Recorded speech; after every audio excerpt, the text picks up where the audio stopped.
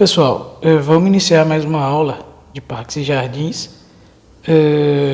Teve uma parada, essa parada foi porque eu estava fechando o curso FIC e foi meio complicado, que teve um problema dos recursos que ia ter, tive que fazer orçamento e me deu uma desgastada. E acaba que semana passada eu não consegui render muito por causa dessas coisas. Burocracia acaba que pega, né? Já tá no semestre meio conturbado, pesado pra caramba pra vocês, pra mim também. Então, deu essa lacuna, mas vamos retomar e seguir para terminar esse semestre, não tá faltando muito.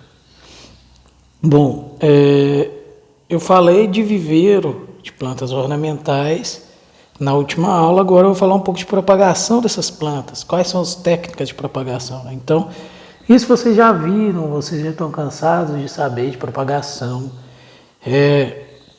Aqui é só um lembrete, alguns pontos sobre propagação de espécies ornamentais. Então, o que a gente tem propagação por semente, que é obtida no campo de matrizes, a gente cria um campo de matriz, obtém sementes, seleciona frutos sadios, bem formados. Quando o fruto seco, separa a semente do resto do fruto carnoso macera em água e seca a sombra protegida de animais, principalmente pássaros. Então, esse é o processo de produção de plantas ornamentais, em geral por semente. Depois disso, você pode semear imediatamente ou armazenar se as sementes forem ortodoxas. Sementes maiores pode-se plantar diretamente no recipiente ou semear 2, 3 sementes por recipiente e depois fazer a repicagem ou o desbaste, né? Sementes menores, em geral, utiliza sementeira. Eu tenho produzido muda de cacto lá em casa, as sementes são muito pequenas, frutos carnosos, eu macero eles, espero secar, tiro aquelas sementes pequenas, coloco na sementeira. A sementeira que eu estou colocando, em geral, é uma embalagem plástica com tampa, coloco substrato, ela furada, distribuo as sementes aqui, ela for furada em cima também, coloco a tampa para fazer uma mini estufa. Fica uma estufinha ali, ele fica nessas condições por até um ano. Em um ano ele vai estar em condições de ser passado por um pote maior, tipo aqueles potes vendidos com suculentas e tal, que é o pote 5. Então esse é o processo, por exemplo, de produção de cactos. Primeiro eu uso uma sementeira e depois eu transplanto para o recipiente final.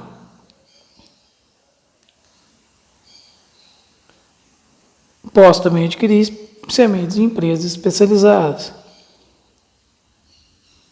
É interessante ser bastante criterioso na escolha das cultivares que eu estou trabalhando pela região e também pela questão de venda, né? Então vai que esse produto está fora do mercado do gosto popular. Ou às vezes está no gosto popular de algum lugar, mas para cá, para onde você está, não está, o povo não se interessa. Então, para escolher, consulta catálogos, informações de adaptabilidade, características, problemas nas condições climáticas da sua região. Obtém muda de empresas sérias, sementes já germinadas têm um maior custo, mas também podem ser compradas. Então, muitas vezes você pode simplesmente comprar uma planta recém-germinada, uma planta pequena, e deixar ela crescer, porque ela vai aumentando o valor agregado. Então seria um viveiro de crescimento, né? Pulando a parte de germinação. As sementes germinaram na sementeira, faz-se a repicagem. Então, que é o transplante da muda da sementeira para a embalagem individual, que pode ser definitiva ou não. Só quando a muda tiver 3 ou 4 centímetros, isso vai variar de acordo com a espécie. faz um furo no substrato e coloca a semente ou a planta ali, faz o transplantio. Molhar o substrato da nova embalagem para que tenha uma boa adesão das raízes. Apertar firme, porém com suavidade, e sempre manipular as mudinhas segurando pela folha, nunca pelo caule. Isso também depende da planta, da espécie a ser trabalhada. Então, propagação por semente é isso. Eu planto ou direto no recipiente ou faço o plantio na sementeira e faço a repicagem. Propagação vegetativa. Nós temos diversas opções de propagação vegetativa para plantas ornamentais. Seja divisão de touceiras, ou seja, muitas plantas elas vão entoucerando e eu faço a divisão dessas touceiras, tiro os filhotes e replanto. E em geral é interessante fazer o manejo também, porque as touceiras vão ficando muito grandes, eu tenho que tirar elas e replantar no espaçamento que seja adequado. Estacas, alporquia. Então, estaquia, você corta a planta e deixa, pode colocar o não hormônio, A e B, e deixa para enraizar em condições climáticas de maior umidade e calor controlado, né, 25, 30 graus. Alporquia, você faz o corte nos vasos, coloca substrato, então tem a planta, um galho, eu anelo ele, os vasos, coloco o substrato e coloco um plástico, ele vai enraizar. Então, a alporquia é um tipo de estaquia diferenciado, onde eu vou forçar esse sistema radicular a vir formando uma estaca, depois eu vou destacar esta planta mãe e plantar, porém utilizando a própria planta, né? Muitas espécies vão melhor por alporquia. Mergulhia, algumas plantas eu enterro o caule e esse caule vai formar raiz, eu corto e tenho uma nova planta. Enxertia, tenho uma planta, venho com uma outra planta.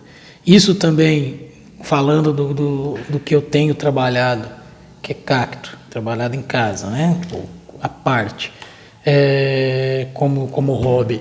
Eu tenho feito estaquia, então existem algumas plantas, algumas espécies de cacto, isso é interespecífico. Algumas espécies de cacto que têm um crescimento mais acelerado, ao enxertar espécies de crescimento mais lento, elas tomam um ritmo de crescimento muito maior. Então você ganha em crescimento. Então eu pego, por exemplo, uma pitaia, uso ela de porta-enxerto e venho com um cacto globoso, um cacto de crescimento mais lento. Então eu pego esse cacto globoso, que pode ser um rebento, um filhote ou não, corto ele, corto a pitaia, faço um enxerto, lembrando que tem que pegar os vasos, faço esse enxerto e essa planta vai ter uma taxa de crescimento maior do que teria com a raiz própria, com a raiz dela. E depois eu posso retirar ela do cavalo e ela enraizar como se fosse uma estaca, né? Fazer um enraizamento e aí eu tenho uma planta num porte maior, muito mais rápido. Em laboratórios, processo mais trabalhoso, rendimento menor. Que o exemplo da propagação de touceiras, então tem uma planta que ela vai entoucerando, eu divido essa aqui outra, eu divido essas touceiras e planto espalhado, ou faço mudas, né? Então eu divido a touceira e passo para outros vasos.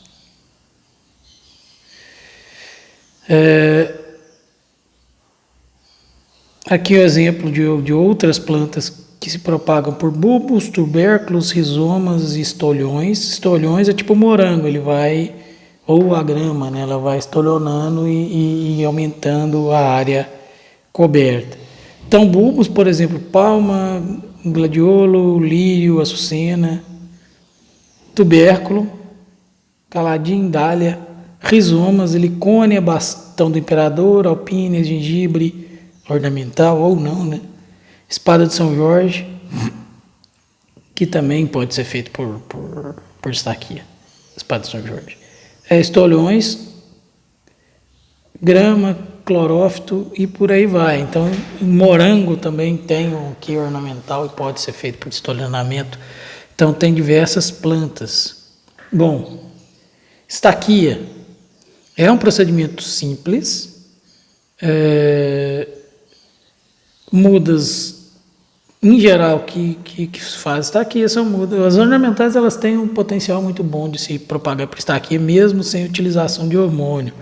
Mas os hormônios são utilizáveis, né?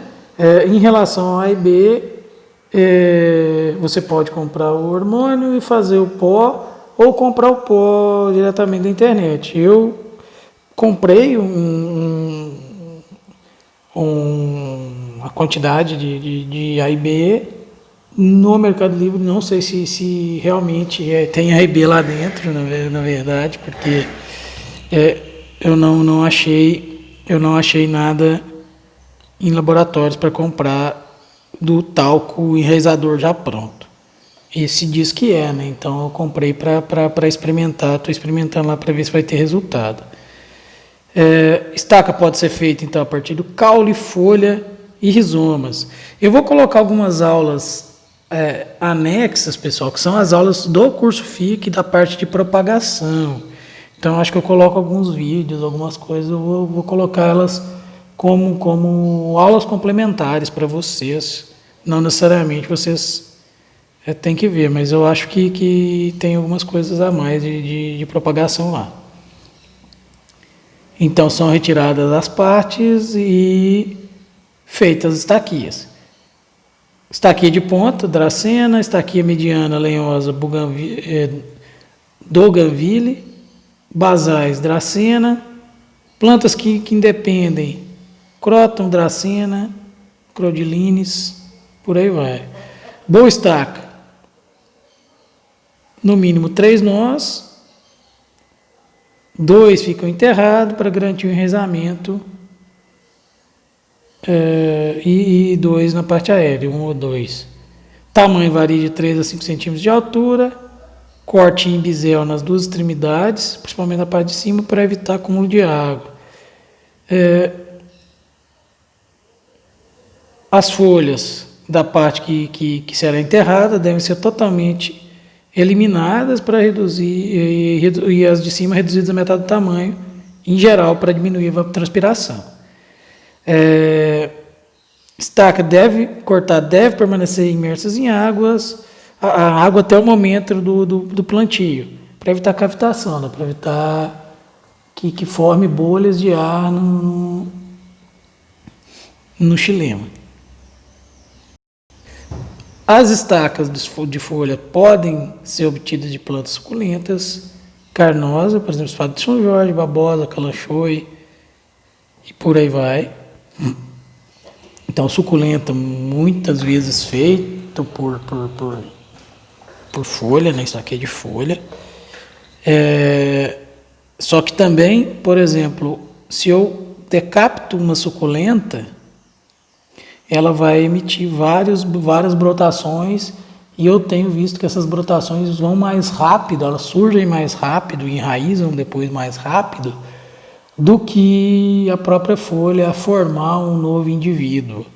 Então, eu tenho, na prática, eu tenho visto que ao decapitar uma suculenta, ela vai formar brotos, como um eucalipto, por exemplo.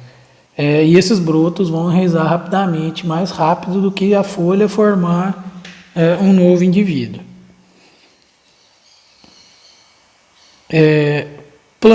Nessas plantas, as plantas estão presentes, as gemas estão presentes nas nevas, ou nas bainhas das folhas. Substrato bem leve e não molhar demais. Em geral, suculenta não tolera molhamento excessivo. Ela morre por excesso de água, ela não morre muitas vezes por falta d'água, mas por excesso ela morre mesmo. A minha esposa vende vasos, arranjos e plantas, e muitas vezes os arranjos, ela fala, molha no máximo 2 vezes por semana, quando está muito quente, é uma molhadinha borrifada. Chega lá, o vaso está até transbordando de água e a planta morrendo. Então, não adianta nada comprar um negócio bonitinho e não seguir as recomendações, que vai morrer mesmo. Superfície, irrigar de modo que não molhem as estacas dessas folhas, porque pode apodrecer. E também um molhamento bem sutil. A muda pode ser destacada da matriz quando atingir 4 a 5 centímetros de altura e transferir para o seu recipiente individual. Plantas que possuem rizomas poderão ser propagadas por estacas e por rizoma.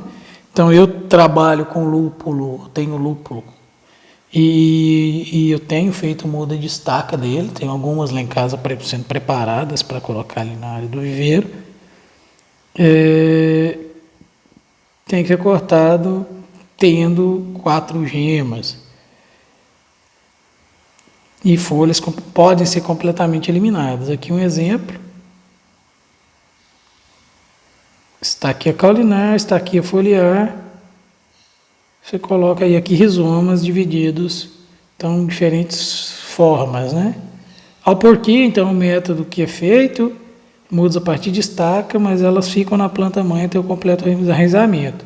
Então você faz o corte, coloca um substrato e faz o fechamento com plástico. Enxertia é o processo de propagação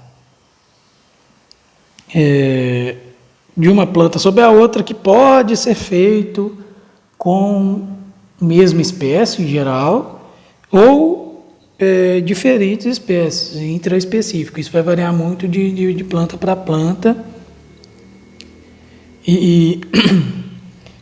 Por exemplo, o limão, os limões, diferentes variedades de limão, tem quem faça múltiplas enxertias para ter um limão produzindo 4, 5, 6 variedades diferentes. É possível. Não comum e não comercial, mas é uma curiosidade até meio bizarra, né? Então, basicamente, é a propagação de uma planta sobre a outra. Vocês já estão cansados de ver isso. Garfagem, então você faz o corte em forma de bisel, né? Encaixa a outra planta. Então tem garfagem cheia, garfagem no enxerto, garfagem em inglês simples, inglês complicado, tem um cortezinho aqui. Lateral, encostia, então diversas formas de enxerto. Borbulia, que seria o enxerto da gema, né? Então eu vou enxertar só uma gema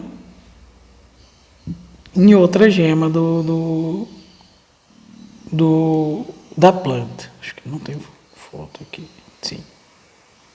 Então aqui uma borbulia. Então enxertia de gema.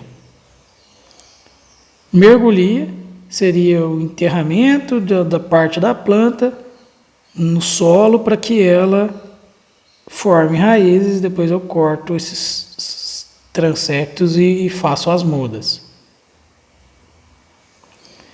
Manutenção dessas mudas, então, durante o período que permanece no viveiro, as mudas devem receber tratos culturais para ficarem sadias, a irrigação, a adubação, e essa adubação varia de espécie para espécie, mas isso tem que ser levado em consideração. Então, em geral, fertirrigação e irrigação variando de acordo com a espécie. Então, ela deve ser suficiente para manter a planta nas condições adequadas para ela. Então, tem que ser feita adubação. Essa adubação Plantas bem adubadas tendem a crescer mais rapidamente, ficarem mais vigorosas, terem maior resistência a pragas e doenças. Então, para um viveirista que vende plantas, quanto maior o tamanho e melhor a qualidade visual, mais cara ela é, a adubação nunca é demais. E aí, recomendações feitas de acordo com cada planta. Então, por exemplo, voltando aos cactos, a adubação para cacto, ela é mais uma adubação fósforo, potássio e menos nitrogênio. Então, eu tenho feito uma solução de hidroponia com menos nitrogênio, bem menos, e fósforo, potássio principalmente. Cálcio e magnésio já foi colocado no substrato, né? Então não tem problema. E esporadicamente eu faço adubação completa também. Eu faço uma solução mais completa. Acondicionamento e transporte, as mudas comercializadas em bandejas dispostas em prateleiras, em caminhões. Então, nos caminhões elas são colocadas, o caminhão em geral tem o baú e tem as prateleiras para serem colocadas as plantas. As plantas são colocadas em bandejas e acomodadas nessas prateleiras.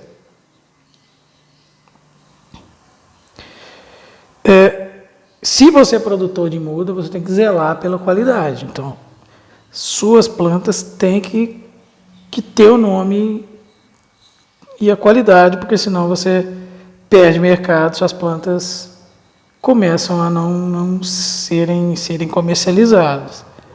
Então você tem que sempre garantir que o consumidor final seja bem atendido. Regularidade, pontualidade nas entregas, então você prometeu, você tem que entregar, porque senão também queima seu filme. Desenvolver uma logomarca, todo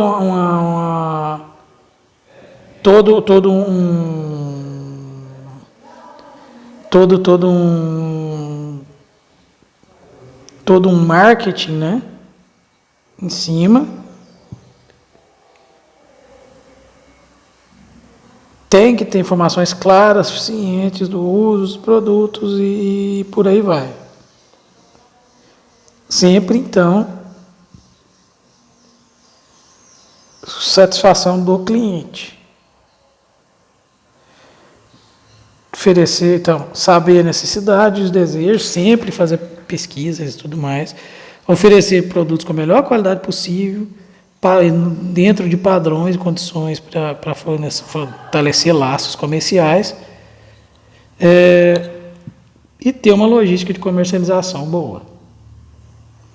Aqui só mostrando de novo o viveiro, né, com as áreas de produção a pleno sol, telado, campos de matrizes, os galpões, estufas e a área de plantas de maior porte. Então, dependendo do viveiro, você dimensiona dessa forma, da forma que fica melhor, dependendo das plantas que você está trabalhando. Então, só as áreas, o que são? Aqui um exemplo de custo de produção e o custo de um viveiro para a produção de 130 mil mudas mês. E esses valores de 2009, então isso está desatualizado. Mas é mais ou menos o que se gasta para um viveiro desse tamanho e os itens necessários. E aqui eu coloco mais a questão dos itens para vocês terem essa noção, né? Então, construção 189, máquinas e implementos 65, outros materiais 37. Pessoal, então hoje é isso. Eu vou me esforçar para adiantar mais as aulas, para acabar logo e vocês descansarem logo. Peço desculpa pela ausência nessas semanas, mas foi meio complicado. Eu acho que eu tive um desgaste muito grande. Eu acho que o desgaste psicológico das aulas EAD está muito maior do que a aula normal. Então é bem complicado. Então até a próxima.